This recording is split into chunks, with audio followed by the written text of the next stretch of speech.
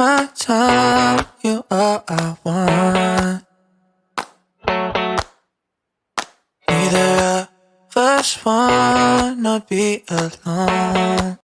Kumusta mga kababayan? Ako si Annabeth Lopez at excited akong ibahagi ang top 5 business ideas para sa OFWs na pwedeng umpisahan kahit nasa abroad ka o pag-uwi mo sa Pilipinas. Sa video na ito, aalamin natin kung paano ka pwedeng magtagumpay sa negosyo habang ginagawa ang mga bagay na mahal mo. Ready ka na bang magsimula ng iyong bagong kabanata? Tara, samahan mo ako. Idea number 1, motivational speaker, influencer, or event host. Mag-inspire at mag-host. Unang idea, maging motivational speaker, influencer, or event host. Kung mahilig kang magsalita sa harap ng tao, ito ang perfect na negosyo para sa iyo. Pwedeng-pwede kang magbigay ng inspirasyon sa kapwa OFWs o maging host ng events tulad ng weddings, parties, or corporate gatherings. Gamitin ang YouTube, Facebook, o TikTok para mag-share ng motivational videos at mag-build ng audience. Tips to start: gumawa ng signature speech or content na relatable at inspiring. Practice public speaking skills. Maghanap ng events kung saan pwede kang mag-host o mag-perform. Kung gusto mong maging speaker or host, mag-comment ng yes sa ibaba. Idea number 2, travel business. Ibenta ang pangarap na biyahe. Pangalawa ang travel business. Alam mo bang mahilig magplano ng trips ang maraming OFWs? Pwede kang mag-alok ng murang travel packages sa kapwa OFWs, balikbayan at pamilya nila. Maging travel consultant o mag-start ng sariling online travel agency. Mag-offer ng pilgrimage tours or special packages tulad ng honeymoon getaways, tools that you will need, online booking platforms, partnerships sa airlines at hotels, skills sa customer service. I-share mo sa comments kung anong dream travel destination mo.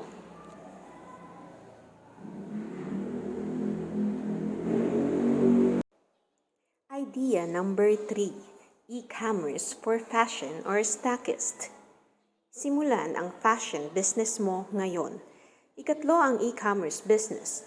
Perfect ito sa mga mahilig sa fashion o gusto maging stockist ng trending items. Pwede kang magbenta ng clothes, accessories, or shoes online. Mag-focus sa mga niche markets tulad ng streetwear, plus size o pambata. Maghanap ng local suppliers o mag-stock ng kilalang brands. Use platforms like Shopee, Lazada o sariling website. Pro tip, invest sa social media ads para dumami ang customers mo. Mag-comment kung anong fashion item ang gusto mong ibenta. Idea number 4, photographer, videographer at photovoot business. Capture memories and earn. Pang-apat ang photography, videography at photovoot business. Kung hilig mo ang pagkuha ng litrato o paggawa ng videos, pwede kang kumita habang ginagawa ito. Mag-focus sa weddings, birthdays at corporate events. I-combine mo ito sa photovoot services para sa mas maraming services ang mabigyan.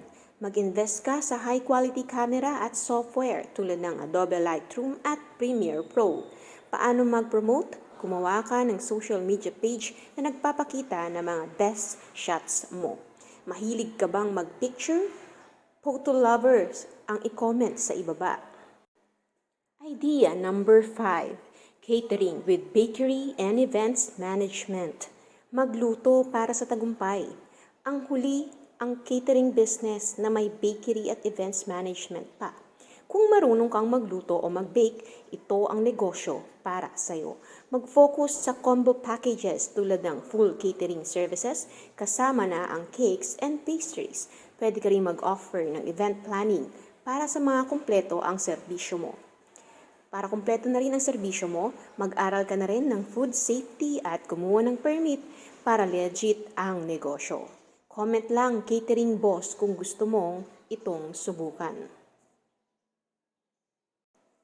Ito ang top 5 Business ideas para sa mga OFWs. Alin dito ang pinaka-interesting para sa'yo?